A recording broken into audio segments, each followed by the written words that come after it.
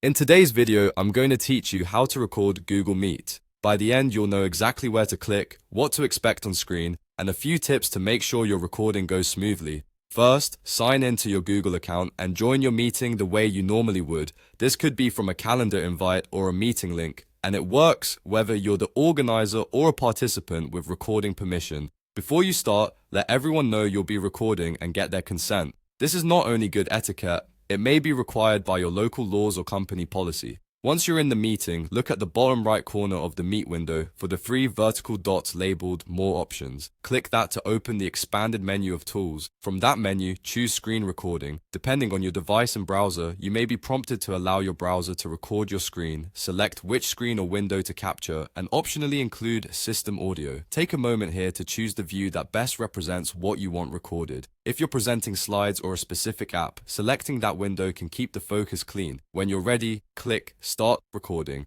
Meet will display a notice to all participants that recording has begun, and you'll see a clear indicator, typically a red dot or banner, so you always know it's active.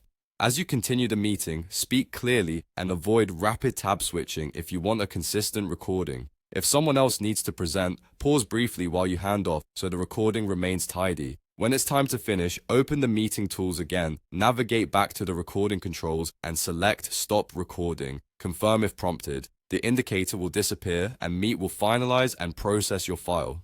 Processing can take a few minutes, especially for longer meetings. Keep in mind that recording is a premium Google Meet feature. If you don't see the recording option, your account might not include it, or your administrator may need to enable it.